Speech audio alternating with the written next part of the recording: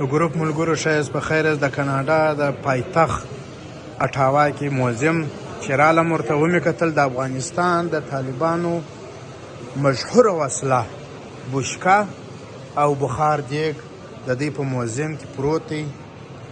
دا تاریخي دغه دی، دا هغه شیان دي چې طالبانو د دې غټه وسله دغه شی نو دا مې د سره شیر کړ.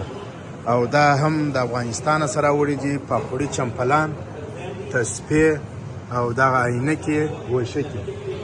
نو موزیم ډېر غټ دی، د نړۍ جنګونه، جنګ جهاني اول دوم دا چې سوي دي د هغه د هر ځای شامس کې پراته دي.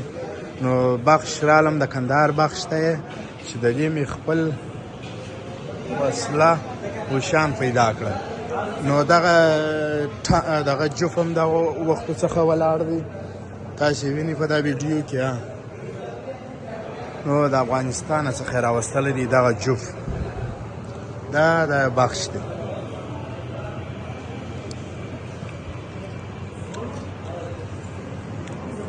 او رالو دغه پلازما ته د کوم وخت چې 2020 څخه بیا د 21 پورې د 20 کالو جنګونه کوم چې دوی کړي دي دلته په دا کې صف دي.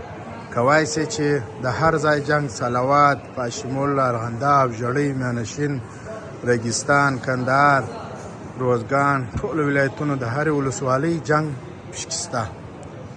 او دغه هم هغه وسله ده چې دوی د طالبانو څخه ټینګه کړې ده او راوړې ده، په دا موزیم کې ایښې ده. دا د دې موزیم دی چې ټکټ یې $120 دی فی نفر. دغه پښتو خط دی.